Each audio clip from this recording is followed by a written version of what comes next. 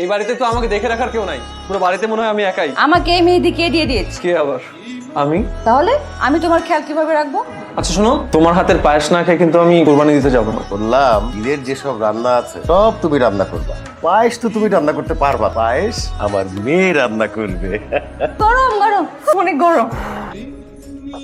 বউটার কি কষ্ট হচ্ছে না? তোমাকে না বলছি আমার মেয়েকে দিয়ে কাজ করাবা না? এরকম ঘেমে গেছে, হাতটা তো পুড়েই যাচ্ছিল। বাবা, আমি তামিমকেই বিয়ে করব। এই ছেলের সঙ্গে তোমার বিয়ে হতে পারে না। তামিম পায়েস খাও। আগে আমার বলতে হবে।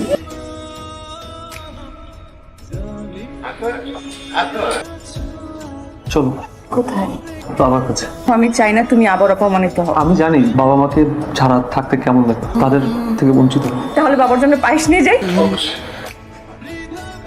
তোর হাতের বানানো পায়েস খাওয়া ছাড়া তো আমি কখনো কোরবানি করতে চাইনি।